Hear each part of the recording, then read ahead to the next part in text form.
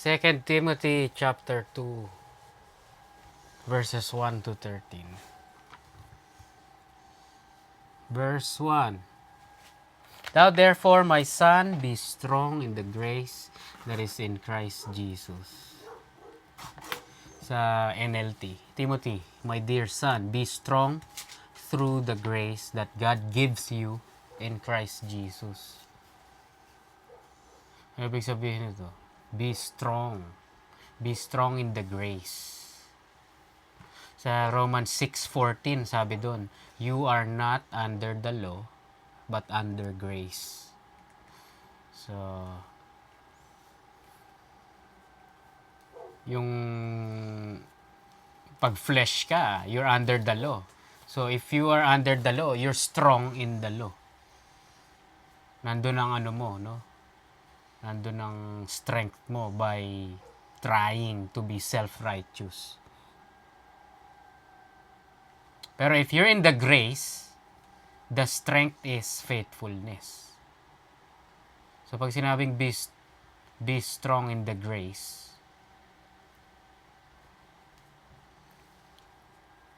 it's like a call to being faithful.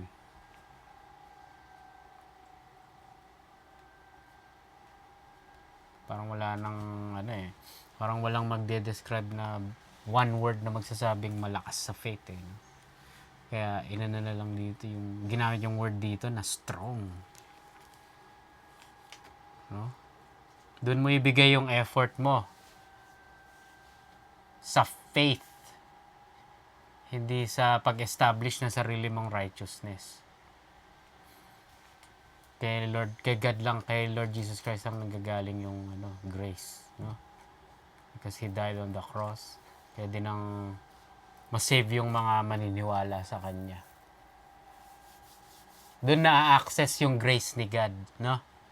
May common grace eh. Yung common grace, ano yun? Common grace may access lahat, kahit non-believer. Yung common grace, yun yung hangin na nilalanghap, yung ulan, no? Kahit non-believer, nakaka-experience sila ng common grace. Common grace is for everybody.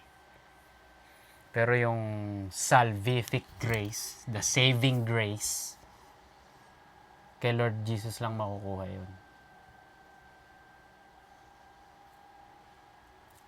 Verse 2. And the things that you hast heard of me among many witnesses, the same commit thou to faithful men, who shall be able to teach others also. So, sinasabi dito, yung mga tinuro ko sa'yo, ipasa mo. Commit thou to faithful men. Commit. Para me. In trust. Commit to one's charge. Parang sa Acts 6:3. Sabi, wherefore, brethren, look ye out among you 7 men of honest report. Humanap daw kayo ng ito yung scenario dito, yung kailangan nila ng extra muscles, no? Look among you 7 men of honest report, full of the Holy Ghost and wisdom, whom we may appoint over this business. So parang si Timothy is being instructed the same. Huwag mo to basta-basta ipasa. Huwag ka basta-basta maghanap ng kung sino-sino gagawin mong teacher. Naiintindihan mo? Commit thou to faithful men. Kailangan yung mga committed, mga dedicated, no? Yung itong mga doctrine ipapasa. Parang yan eh. Parang yung Great Commission, no? Go therefore unto all nations, no? Ano yun? Matthew chapter 28. 19. Go therefore and teach all nations, Baptizing them in the name of the Father, and of the Son, and of the Holy Ghost. Ayan. Teaching them to observe all things whatsoever I have commanded you. Teaching. Sa Mark, go ye into all the world, preach the gospel to every creature. Tingnan natin yung sa Luke. Teka.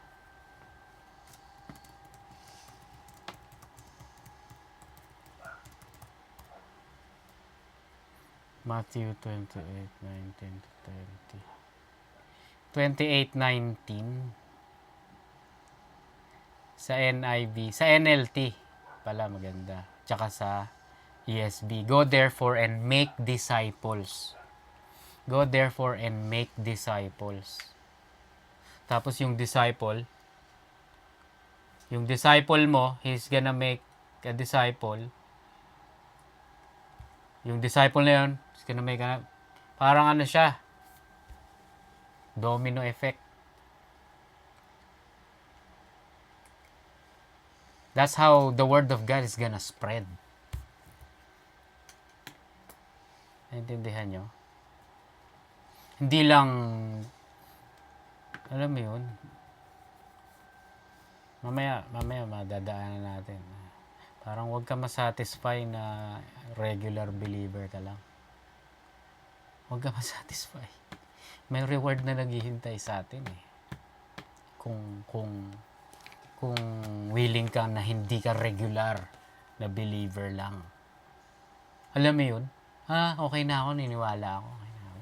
I don't care about the rewards. Really. Yung nabasa ko nga dati na libro ni, ano nga yun?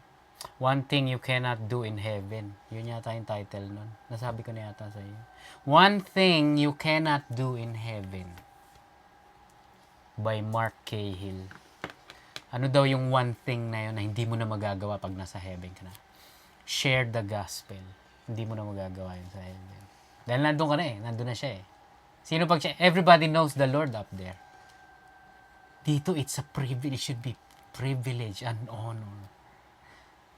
Yun lang yung kind of service na hindi mo magagawa sa heaven. Pero dito sa earth, magagawa mo. Napaka-special na task. Tapos may reward pa. Intindihan nyo. Balik tayo. Verse 3. Verse 3. Tsaka 4. Thou therefore endure hardness or hardship as a good soldier of Jesus Christ. No man that warreth entangleth himself with the affairs of this life, that he may please him who had chosen him to be a soldier.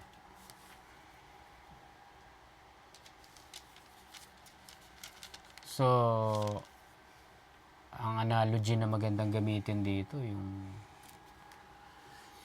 pagiging soldier, no? Yung mga soldier, bago sila makapasok sa pagiging enlisted, nag-aano muna yan eh. They go through very very hard training na para ma-filter out kung sino yung mga malalakas. 'Di ba? Nakita na kayo nun yung mga gumagapang sa putikan, na may mga barbed wire dito sa taas, umaakit sa mga rope, no? Endurance training. So, you therefore endure hardships, yung kahirapan, as a good soldier. Hindi natin alam minsan kung anong motivation ng mga tao, bakit sila nagsusundalo eh, no? Doon ngayon yung verse 4. No man that warreth entangle himself with the affairs of this life. Sa NLT. Soldiers don't get tied up in the affairs of civilian life. For then, they cannot please the officer who enlisted them. They don't get tied up in the affairs of civilian life. Di ba yung mga soldier, grabe, di ba? Iniiwan nila yung asawa nila, yung family nila. They don't get tied up in the affairs of civilian or yung basic na buhay. Nag-commit sila maging sundalo eh. para sa karangalan o para sa pagdepensa ng bansa, 'di ba? Yung mga sundalo. So, yun yung analogy na ginamit. Ganon din tayo as a believer.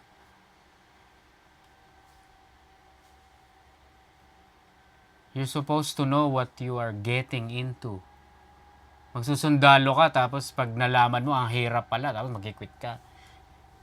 Hindi ganon. No? Tayo rin mga believer, we have to count the, ano ba tawag nila? Count the cost. Parang hindi ka pupunta sa gera na hindi mo, na wala kang bala, hindi mo alam kung anong weapon. Naintindihan nyo? Alam natin yung pinasok natin. We don't get entangled in the affairs of this life. Pinag-uusapan, that he may please him who had chosen him to be a soldier. So, ganun din yung no? Kung sino yung pumili sa'yo, no? As a sundalo. May mga common na story yung pag nandun na sila, nasa ibang bansa, kunyari, nasa Vietnam, no? Nasa Iran, because of the war. Minsan na na sila no? Gusto na nila umuwi. Gusto na nila bumalik sa bansa. Namimiss ko na yung family ko. Namimiss ko na yung asawa ko. May anak ako. Wala lang. Pag sinundan mo yung analogy dito, parang kung gano'n ang iniisip mo, hindi ka na dapat sumali. Nandun ka, no? Gusto ko na umuwi. Hanap ako nung anak ko. That's good, no? Okay lang yun, no? Pero ang masasabi ko lang, kung ganun, wag ka na sanang hindi ka na sana nagsundalo. Hindi naman sa sinasabi, wag ka na sana maging hindi ka na sana nag-Christian. Hindi yun yung point. Naintindihan nyo? Ang point, nag-commit tayo, no? Aware tayo na what is at hand, which is very important. Wala nang atrasan. Naiintindihan nyo? Yun ang sinasabi dito. Walang atrasan as in, hindi yung ayoko na maging Christian. Ayoko na maging saved. That's stupid. No? No, parang sinabi mo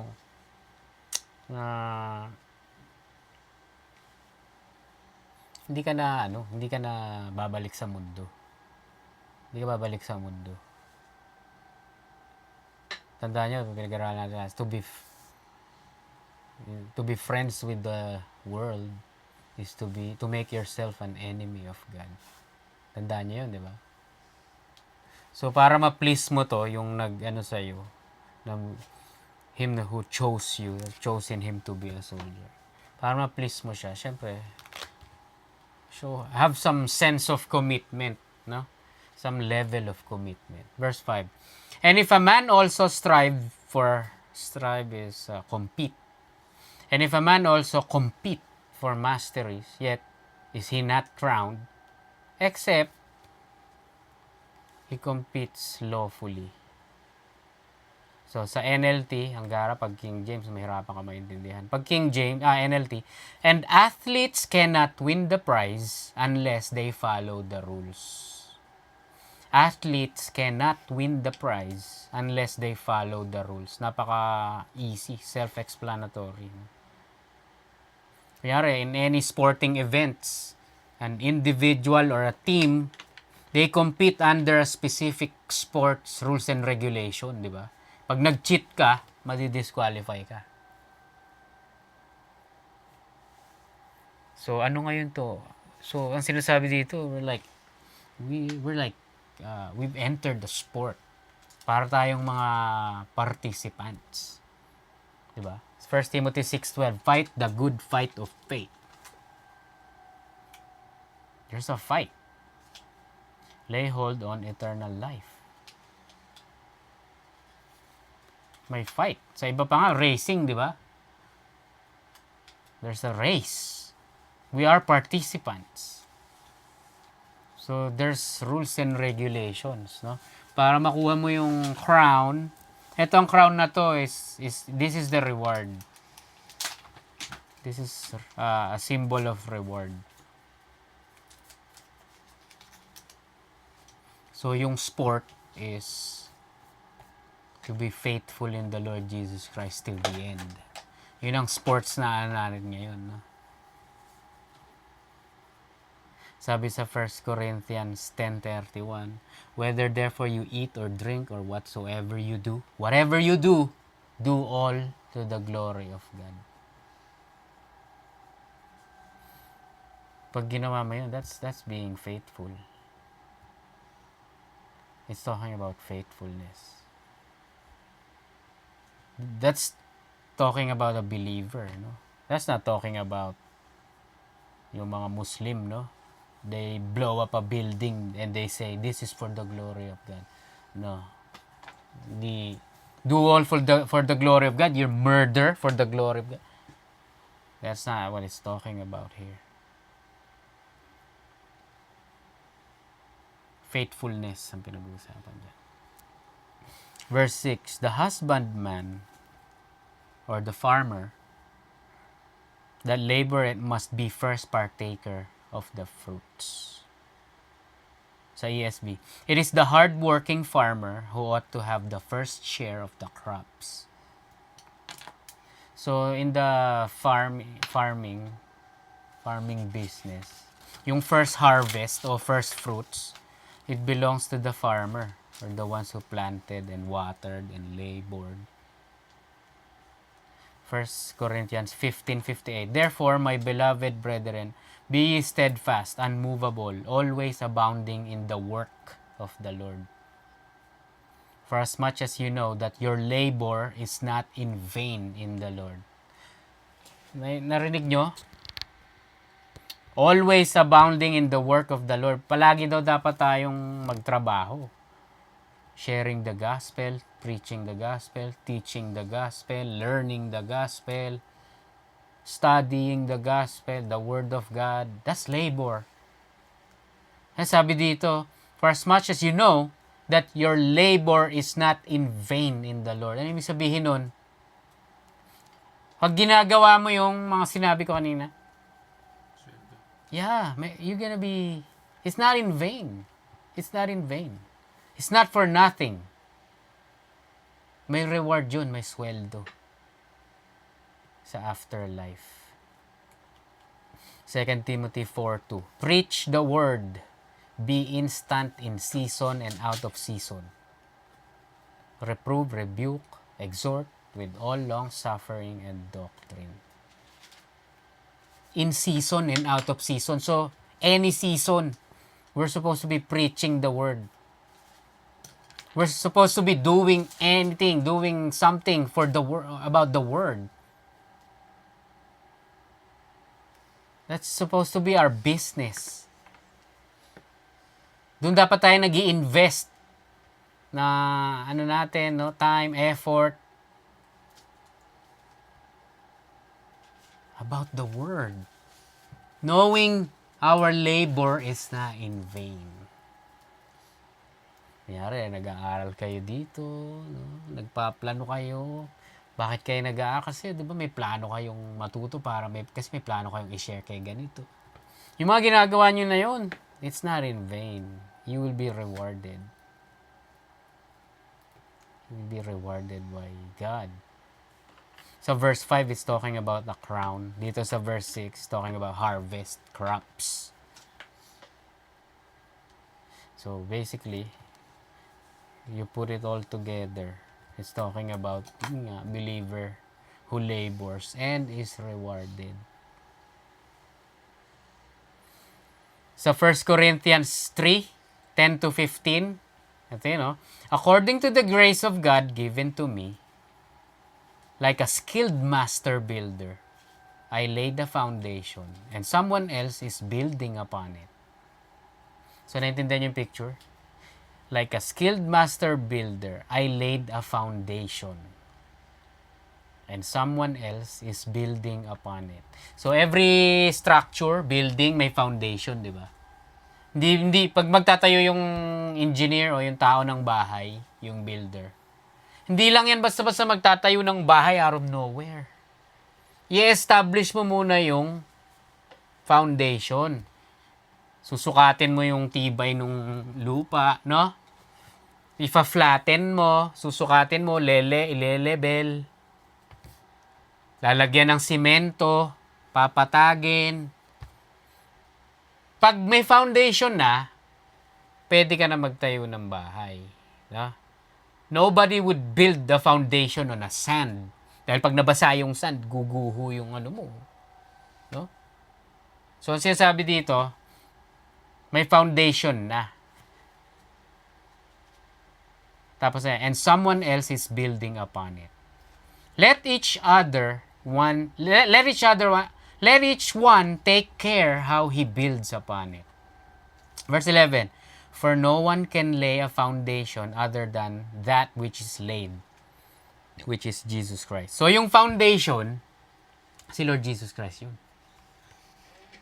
Or basically, that's His work. Hindi tayo yung gumagawa ng foundation natin. Yung foundation na hindi magigiba,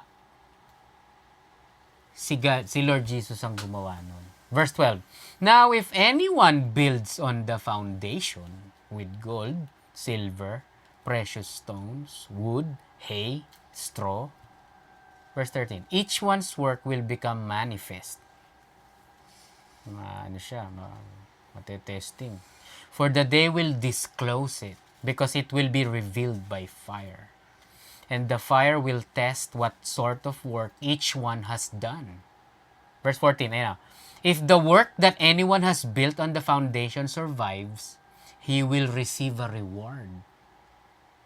15, if anyone's work is burned up, he will suffer loss, though he himself will be saved, but only as through fire. So, may foundation na.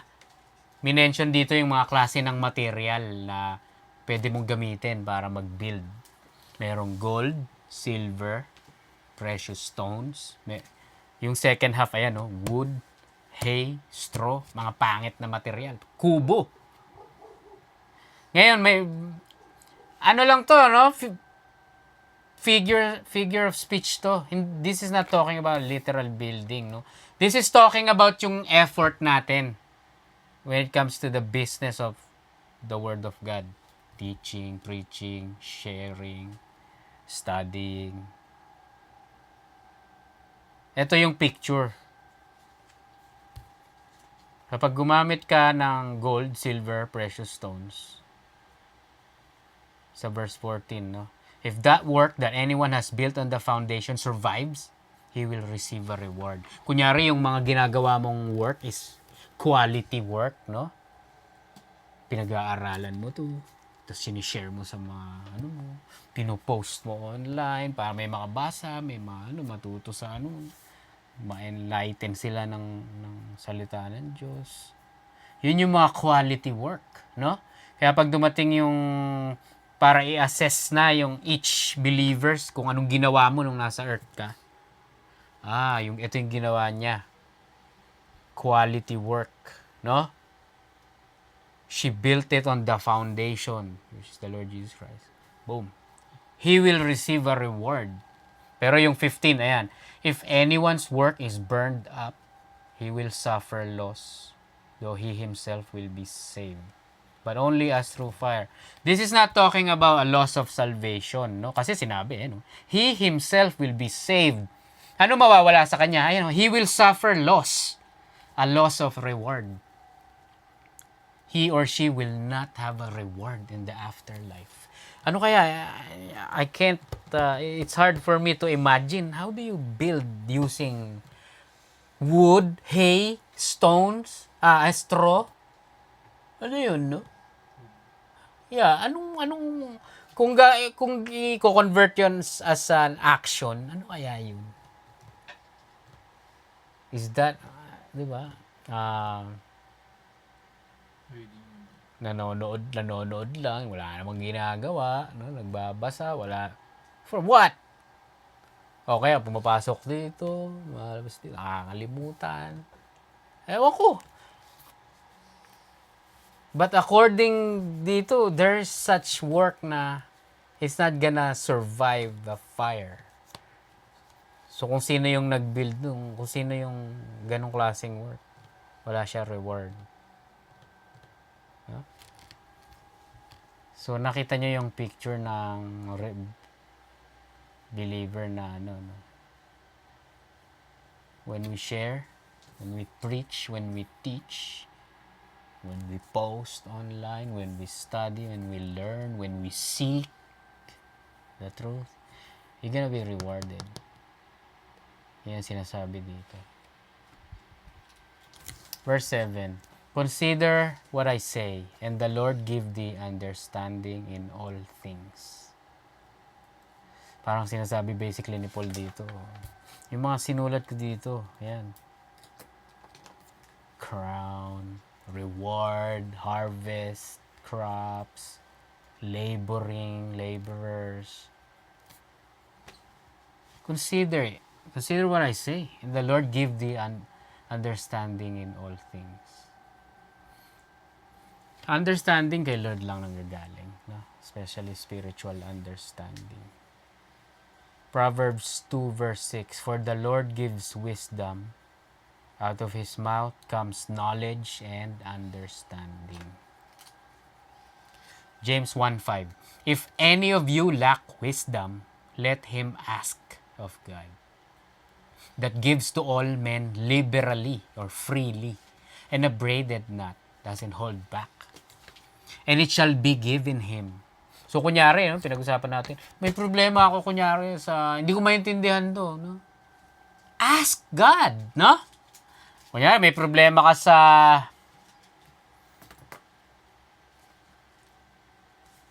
memory, yung memory mo, no? Ask God. You can ask. May problema ka magpatawad, ask God. May problema ka sa anger, ask God. God, help me, I can manage this. Ask Him. Yun ang tanong, do you ask? Naintindihan nyo? You have to ask Him. Kasi tayo, by ourselves, wala tayong mararating. Wala tayong mararating.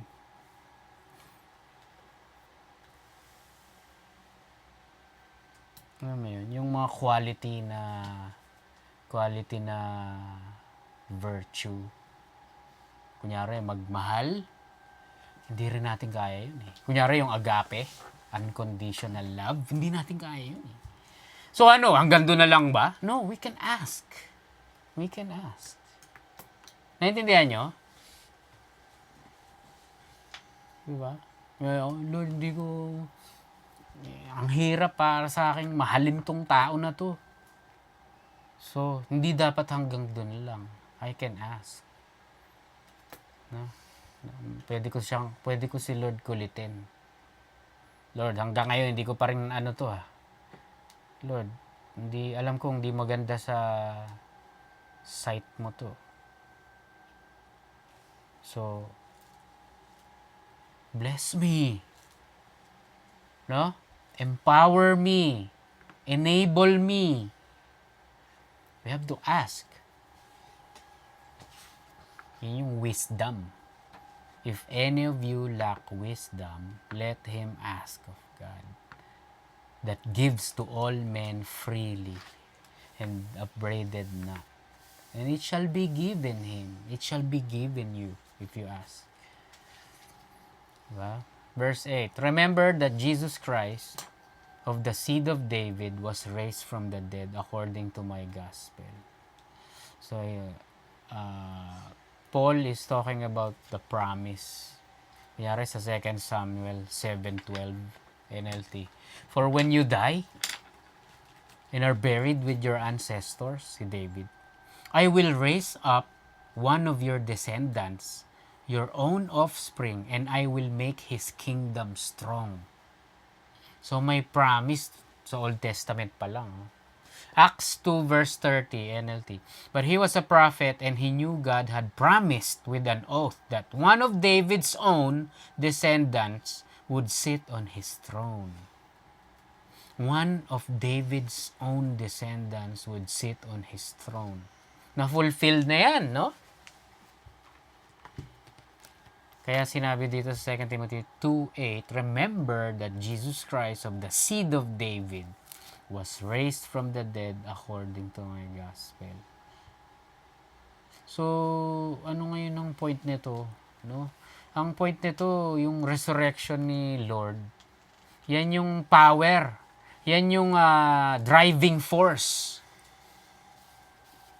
natin.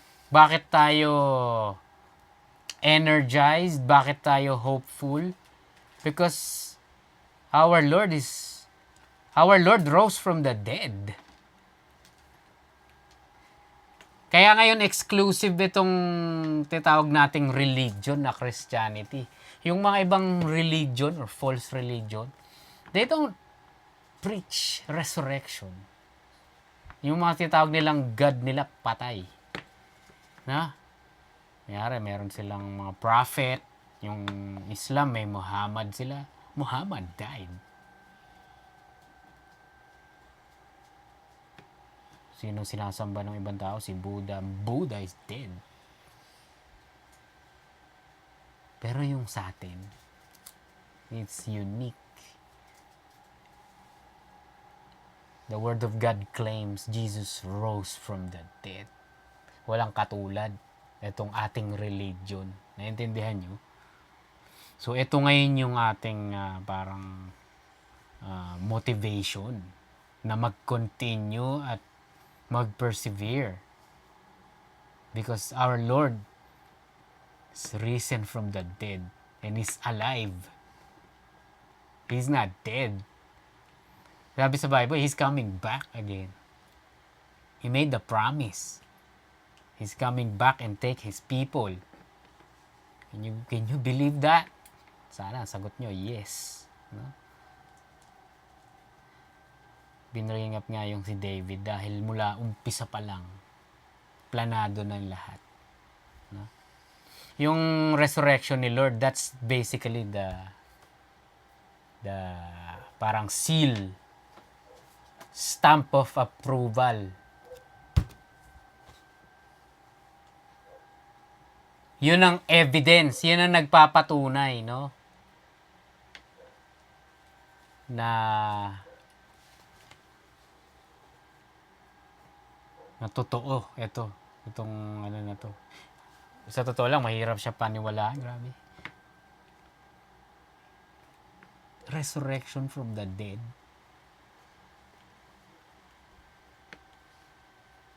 Naintindihan nyo? Sasabihin ng tao, no, that's fictional, no? That's AI. One is gonna rise from the dead. Hindi totoo yan, no? Yet we are commanded to believe that. As a believer, you have to, alam mo yun, by God's grace, you have to be truly believing this. That this is nothing to God. Resurrection, He's got power over death. Naintindihan nyo? Yun nga, sabi nga nila, without resurrection, anong ginagawa natin dito? Naintindihan nyo? Mahalaga yung resurrection. Kung walang resurrection, umuwi na tayo. Burahin na, itapon na natin yung Bible na, wala naman. But because there is resurrection, but because there is an empty tomb, walang laman yung ano ni Lord. Natagpuan nila yung ano ni Lord, di ba? Yung libingan niya, yung tomb niya. Walang laman. Sabi naman ng Bible, no? Kinuha daw ng mga disciple yung katawan. Hindi pwedeng kunin kasi may mga guard, no? Tapos kabigat-bigat nung batong nakabara. 'Di ba? Nasa Josephus to yung historical historian. So very very important the resurrection. That's what separates us from what is false religion. Naintindihan nyo? Verse 10. Therefore, I endure all things for the elect's sake, that they may also obtain... 9 pa lang ba? Okay. Wherein I suffer trouble as an evildoer. Talking about the gospel. Preaching the gospel. spreading the word of God. Paul suffered trouble as an evildoer. Tandaan nyo, nakulong siya. Even unto chains or bonds, prison. But the word of God is not bound or chained. Naintindihan nyo? This means na it doesn't matter kung nasan ka sa buhay mo. Free ka o slave o imprisoned. You're working or you're unemployed. You can't be too busy for the work of the gospel. No believer, sa totoo lang no true believer is too busy for the work of the gospel, work of the kingdom. No real believer is too busy for the work of the gospel. Especially if you're a Christian who knows the task at hand. Tandaan nyo, God's word can always be preached. It can always be taught. It can always be shared. Yung word nyo, yung word ni God na lumabas sa bibig nyo, malayo mararating nun. Hindi nyo alam kung anong mga magagawa nun. Naintindihan nyo? Na-realize nyo ba yung power ng word? Kunyari may babae dyan, sinabi ko, ang pangit mo. That word, makakasira na sa tao yun. Naintindihan nyo? Pag sinabi ko, pangit, yung siya, may insecure. But that's just a word. Pero yung point ko, naintindihan nyo? The power of word. Pag sinabi ko, ang ganda mo, ang cute mo. No? Oo nga, cute ka nga.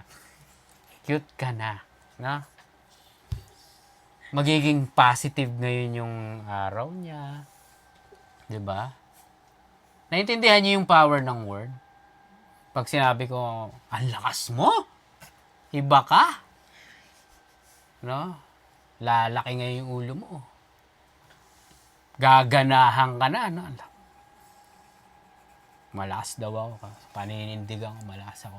That's the power of word. So, can you imagine yung salita ng Diyos na nanggaling sa inyo? Ginamit kayo ni God. Yari, nag-post ka, may sinendang ka ng message about the gospel. Hindi mo alam kung paano gagamitin ni Lord yun. Hindi mo alam paano maapektuhan yung tao nun. Naintindihan nyo? Tandaan nyo, pinag-aralan natin, we can only water, we can only plant. Who gives the increase? Si Lord ang tagabigay ng si God ang tagabigay ng increase, ng growth, ng development, ng pagtubo. Naintindihan nyo? Napaka-powerful. No? Kunyari, yung sinasabi mo negative, maapektuhan yung tao negatively. Pag positive, no? That's just analogy kung sa mga pagpuri, no, mga words na pag-compliment, no? Pero yung the word of God, no? Sabi niya, 'di ba? My word is spirit. My word shall not return to me void. It will accomplish its purpose. Sabihin mo lang, siya na bahala. Magtanim ka lang. Kumbaga, ayan yung soil, no? Bato mo lang yung seed. Diligan mo. Mas ka na. Alis na. Akong bahala, ako magpapatubo dyan. Naintindihan nyo? Kunyari, pinag-aranasan. Yung araw ang mag-aano dun, di ba? Verse 10. Therefore, I endure all things for the elect's sake. Yun yung mga trouble. Paul endures that. For the elect's sake. Di bali na akong mahirapan, di bali na akong saan ako mapunta, anong negative na maramdaman ko, persecution, imprisonment, Binabato ako, hinahabol ako, gusto ko patayin itong city. I endure all this for the elect's sake, for the believers. Naintindihan nyo? Can you imagine, nag-quit si Paul? Ayoko na, wala naman nakikinig eh. Ayoko na, wala naman pakialam yung mga naintindihan nyo? Senaryo lang. Nasaan kaya tayo ngayon? Wala tayong walang mga libro, no? Puro Old Testament lang, tsaka 4 Gospels. No? Walang mga epistles ni Paul. Kasi nag-quit si Paul. Nyari, nagsulat na siya. You know what? Sunugin ko na to. Mapapatrob, makukulong ako pag ebidensya pa to eh. Ng kung ano nung pinaggagawa ko eh. Sunugin ko na. But for the elect's sake, I endured all things. That they may also obtain the salvation which is in Christ Jesus with eternal glory. Hindi sinasabi dito na yung salvation is gained by laboring for God. No? I-share mo yung gospel so you can, so you can obtain the salvation. That's not what he's talking about. He's talking about perseverance. Ang keyword dito yung nasa huli. With eternal glory. It's talking about completing or finishing in a positive note.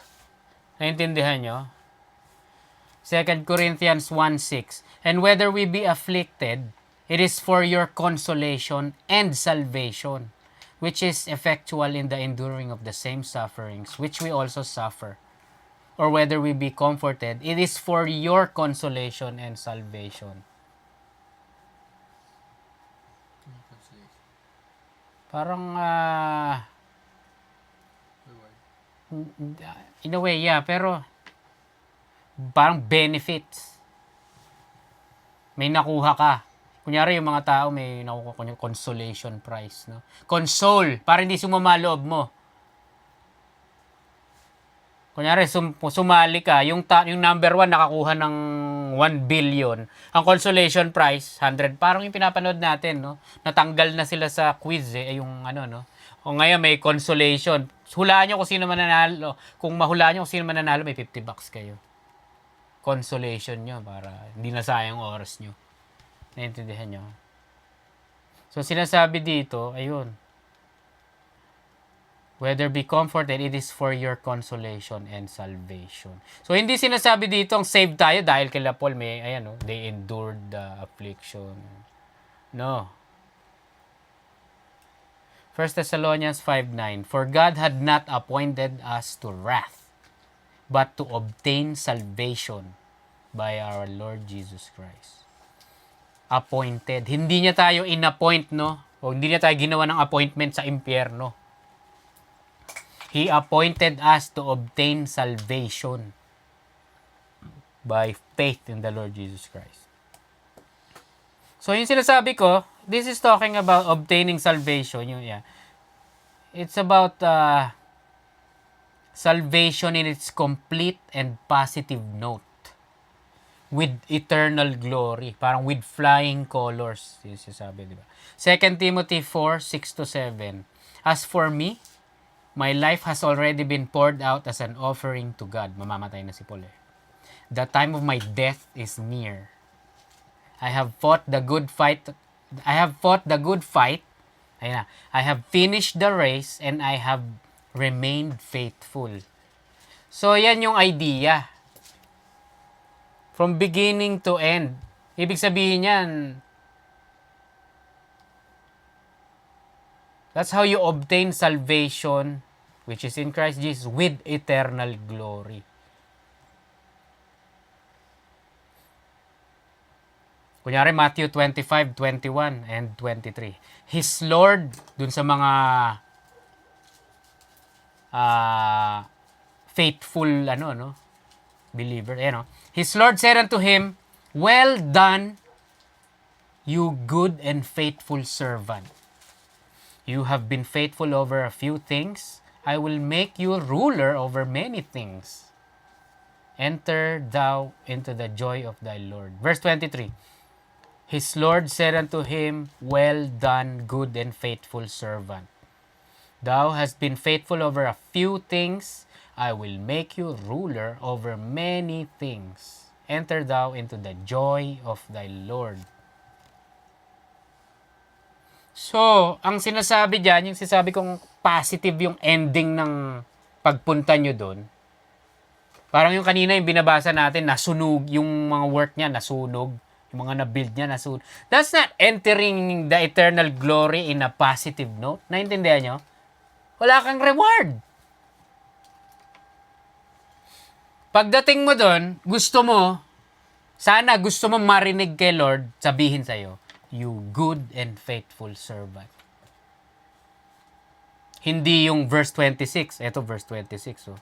His Lord answered and said unto him, You wicked and lazy servant. You knewest that I reap where I sowed not and gather where I have not strawed. Pero yung first part nga, you wicked and slothful or lazy. So that's how you enter heaven in a negative note, in a negative way. You yourself saved but through fire. Sunog yung mga wala kasing ginawa eh. You are wicked and lazy. You're lazy. You didn't care about the things of God. Naintindihan nyo? So maganda to enter the eternal glory in a positive way, in a positive note. Naintindihan nyo? Yung something na hindi ka magiging ashamed na nandun ka. In fact, dapat naglo-look forward ka, no? Because you're doing it for the Lord. For His glory. You live to please Him. Naintindihan nyo? Hindi yung pupunta ka, naku, wala akong ginawa. Masasabihan ako na tamad, na wicked, slothful. Ano? Paano kung nagtrabaho pero huminto? Nagtrabaho, huminto. Siguro, yun yung pinag-usapan natin kanina eh. Wala ka, yung masusunog. No? Yeah, I think that's it.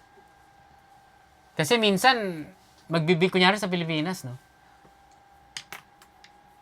Kunyari, yung mga karpentero, nagbibuild sila nung main na bahay eh. Ewan ko kung natatandaan mo to.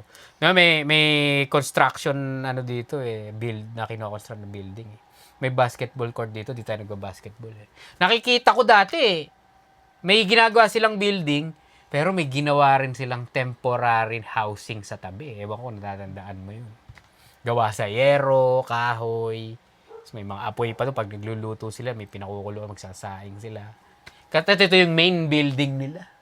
Ito yung temporary na nila, abode. Tapos pagtapos na yung building, mag-i-stay ba yung building nila doon na aalisin na nila, gigibain na nila. Temporary. Kumbaga, naintindihan nyo? Binibless tayo ng Lord ng knowledge and wisdom. Naintindihan nyo? Yun. Hay, wood, straw. Tapos na yung building eh, hindi na makailangan yun. Wala na yun. So yung sinasabi mo siguro, no? Umusbong sa simula, new believer, no? Nag-share ng gospel, tapos sa uli, they abandoned the mission. They, lagi ko nakakalimutan yung word na, they have forsaken the Lord. Naintindihan niya? They went back, parang si Demas. He went back to because he loved the things of the world. Saved ba sila? Sure. Pero, wala silang reward. Wala silang reward. They will suffer loss. Sabi, no? 1 Corinthians 3. Pupunta sila doon na, wicked. You're wicked. Fleshly, carnal. No? So, ang gusto mong marinig, pagpunta mo doon, you good and faithful servant, enter into the kingdom of your Lord. May grand, ka pa doon, entrance. Ano yan? So, mas pa yung opposite? Mas faithful pa. Kung kunyari yung isa, nagtrabaho, mas boom. Sabay huminto, wicked. Eh, yung lazy, sabay yung patapos, biglang naging umusbong. Ano? Di ba yung una, ano siya, explosive, tapos biglang tumigil. Tumigil. Eh, ito naman, all the way tamad, tapos biglang boom. Oo. Mas okay yun. Pwede yun, oo. Ginawa. Nakalimutan ko kung nasan yung passage na yun eh. Yung sinabi na inutusan, tapos sabi, okay, pero hindi ginawa. Yung isa naman sinabi, ayoko, pero ginawa. Tandaan nyo, may passage yun eh. Sino doon ang mas commendable, no? Yung nagsabi na, hindi ko gagawin yan, pero ginawa niya. No? Kasi grabe, sinungaling yung isa eh. No? Sasabihin niya, okay, gagawin ko. Wala naman nangyari. No? Mas okay yung isa. Kahit sinabi niya, ayoko. I'm busy. Pero you know what? No, last minute, no? Parang kunyari may homework. Last minute, Monday na. Assignment na yun. You're gonna get graded, no? Kumpara sa doon mo pumasok, wala kang, hindi mo tinira yung assignment mo. Wala kang makakuha. So, ganun, no? Yung reward system. Kailangan we're looking forward na masabihan na good and faithful servant. Hindi lazy and wicked. Verse 11, it is a faithful saying, for if we be dead with him, we shall also live with him. So, sinasabi nila, this is probably a early Christian hymn. Ano tinatawag na faithful saying. Pag tinignan mo yan, parang quotation yung 11, 12, 13. Probably taken from a hymnal. Kanta siguro, no? If we be dead with him, we shall also live with him. If we suffer, we shall also reign with him. Parang ganun, ano? Romans 6:5. If we have been planted together in the likeness of his death, we shall be also in the likeness of his resurrection. So, ang sinasabi dito sa verse 11, partaker tayo ng death niya. Diba? Only by dying, tayo mafi-free from this curse, from this flesh. The curse of sin in this flesh. Naintindihan nyo? Pag namatay tayo, wala nang grip sa atin yung sin. Kaso buhay pa tayo eh. Paano ngayon yan? Doon ngayon sa Romans 6, no? By faith, if you believe in the Lord Jesus Christ, by faith, consider yourself dead, sabi sa Romans 6. Consider yourself dead. Kasi tandaan nyo, only by death, tayo madi-divorce natin yung sinful flesh. Only by death.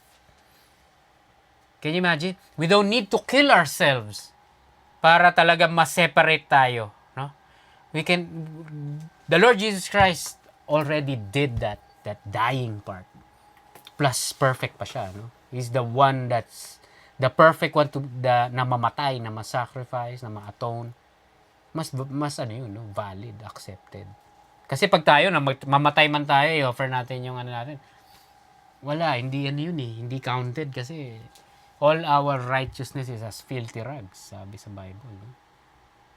All our righteousness is as filthy rags in the sight of God. Can you imagine? Kaya si Lord ang karapat-dapat na mamatay. So para makapag-partake tayo sa death ni Lord, it is by faith. If we be dead with him, we shall also live with him. Verse 12. If we suffer, we shall also reign with him.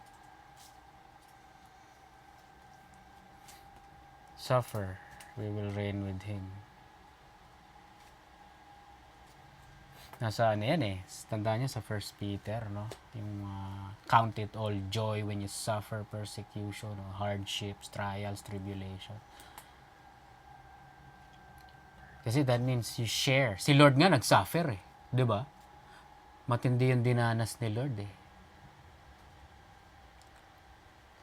Nakalimutan ko na eh. Sa Acts, nagre-rejoice sila kasi ano na?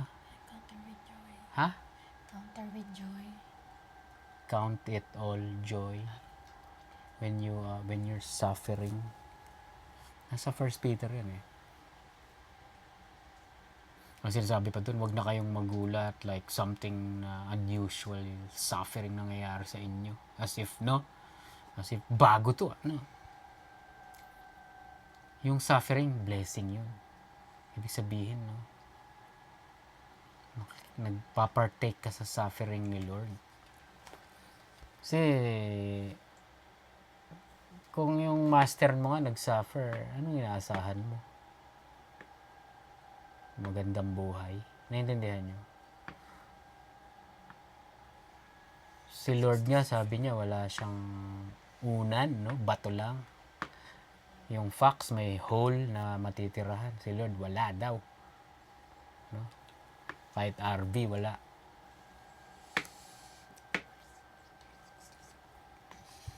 That's suffering. Pero, di ba? Ganun din. Kung ano yung teacher, ganun din yung mga disciple. Kaya hindi na nakakagulat kung may hardships tayo sa buhay. Di ba?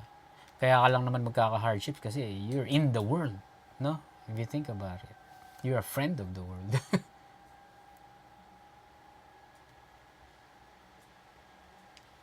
So, verse 12, if we suffer, we shall also reign with Him.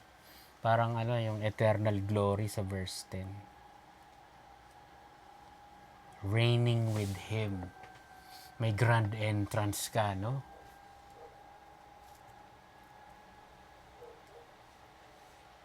Siguro may special, parang sa NBA, bago mag-start yung laban, may introduction, eh, no?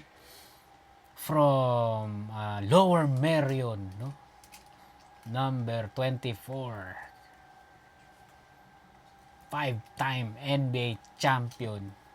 Kobe Bryant. Si Kawat. Can you imagine sa heaven may ganun, no? From Upland, California, no? Benching 250 pounds. No? Sabihin yung pangalan. PJ Caligaga. My grand. Can you imagine?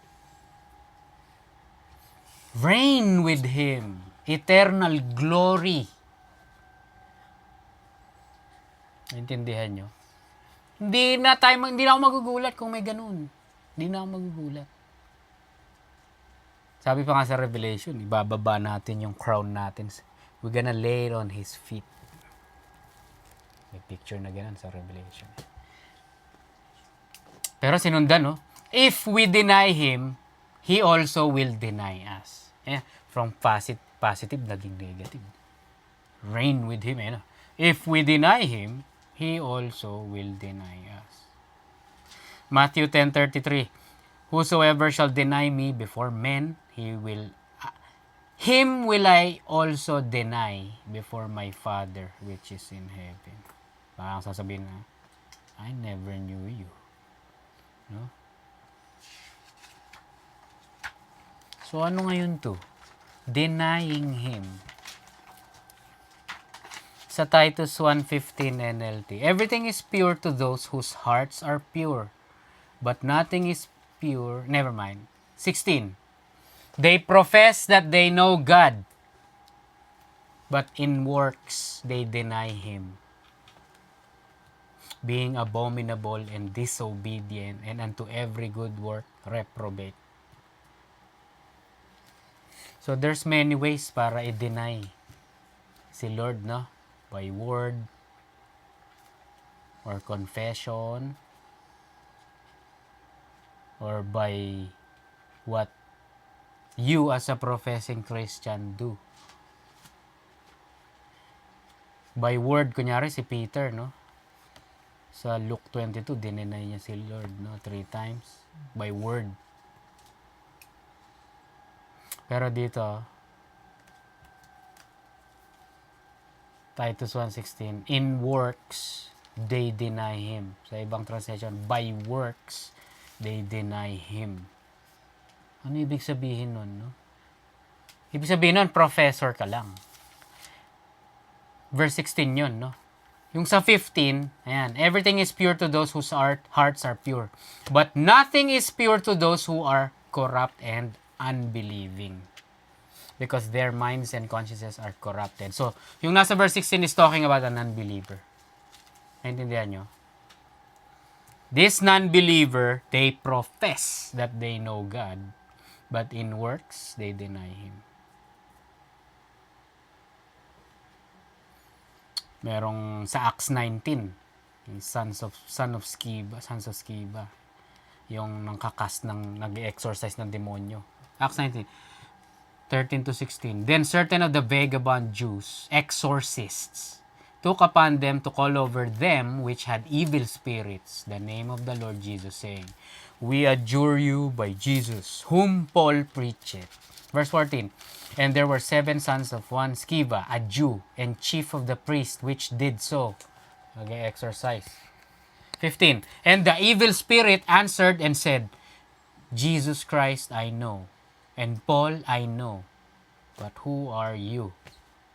And the man in whom the evil spirit was leaped on them, and overcame them, and prevailed against them, so that they fled out of the house naked and wounded. So itong exorcist na to, magpipreach pa, no? We adjure you by Jesus, by Paul. Hindi nakinig yung demonyong ine-exorcise niya. Dinanatan niya. Sinunggaban pa siya ng demonyo. Tapos lumabas daw siya ng bahay, hubot-hubad, tapos sugatan. So ano, this is somebody na ano lang, no? Yeah, I know Jesus Christ, but no? They don't really know God. Kasi pwede ka maging, I know God, but you're not really a believer. Parang yung binasa natin sa 1:15-16 sa Titus. Parang yung mga religion dito, mga false religion sa mundo, no? Kunyari, mga Catholic, number 1. No? Oh, we also believe in the Lord Jesus Christ. Yeah, I think we're the same. We're Christians too. No? Matthew 15:7-9. You hypocrites! Well, did Isaiah prophesy of you when he said, This people honors me with their lips, but their hearts is far from me. In vain they worship me, teaching as doctrines the commandments of men. So, naiintindihan nyo? They draw near to me. They honor me with their lips, with their mouth, but their heart is far from me. They worship me in vain. They're teaching doctrines, pero yung doctrine, commandments of men. Mga traditions, mga gawin mo to. Commandments of men, yun ang ibig sabihin nun, no? Something na nagke-cater para ma-establish yung self-righteousness. Commandments of men. Yun yung mga non-believer na nakakala nila they know God, but in the works they deny Him. So, Matthew 7 sila, I never knew you. I never knew you. So, sabihin nila, no, iboboast nila yung mga pinaggagawa nila. No? But I'm a priest. No? I'm a priest of this cathedral, this giant cathedral in Orange County. No? Na-miss nila yung point. Verse 13, If we believe not, yet He abideth faithful, or He remains faithful. He cannot deny Himself.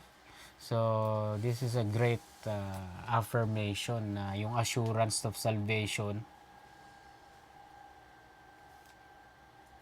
it's not based on our faithfulness, no?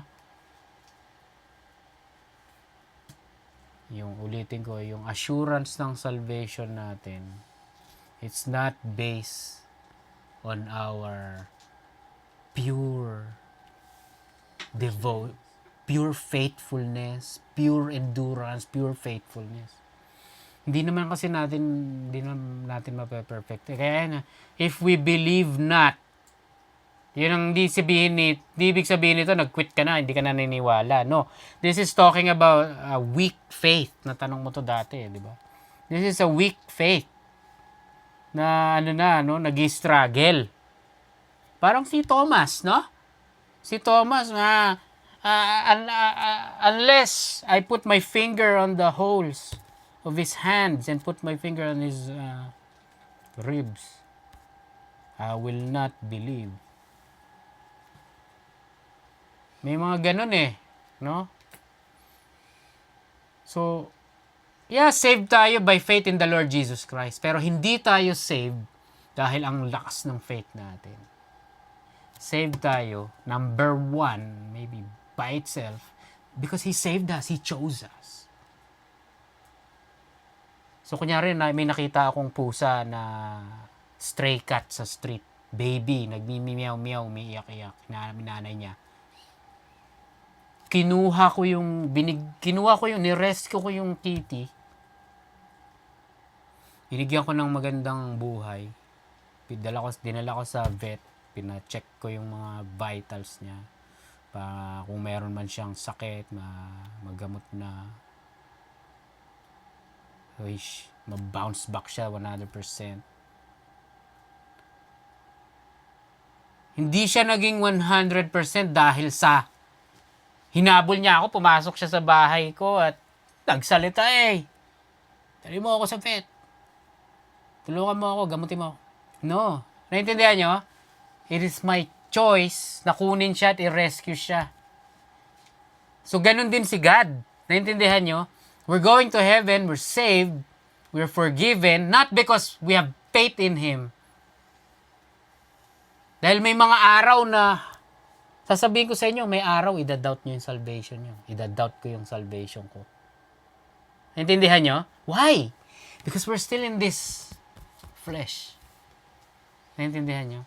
And we're still battling false teachings. We're still being accused by the devil day and night. Saying, you're not worthy, you're not worthy, you're a fake. You don't believe, you're a sinner. So we doubt ourselves. Naintindihan nyo? But saved pa rin tayo kasi it's because of Him.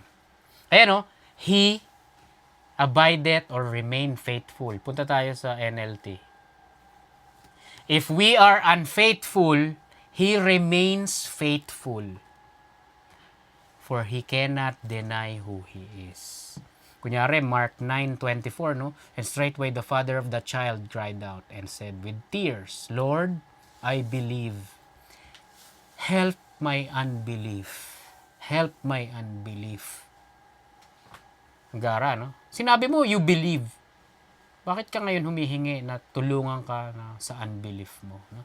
Kasi hindi perfect yung belief eh. Naintindihan nyo? Lord, kayo nang bahala sa unbelief ko, sa unfaithfulness ko, sa weak faith ko. Increase my faith. Naintindihan nyo? Parang yung si Peter naglakad sa tubig tapos nawala, no? Nawala yung faith niya. Nalunod ba siya kasi wala siyang faith? No. Nakag-survive siya dahil kinuha siya ni Lord. Sa Matthew 14:28-31. Diba? Lord, kung ikaw nga yan, command me to walk on water. Okay, walk on water. Tapos, tumingin si Peter, nag-worry, lumubog siya.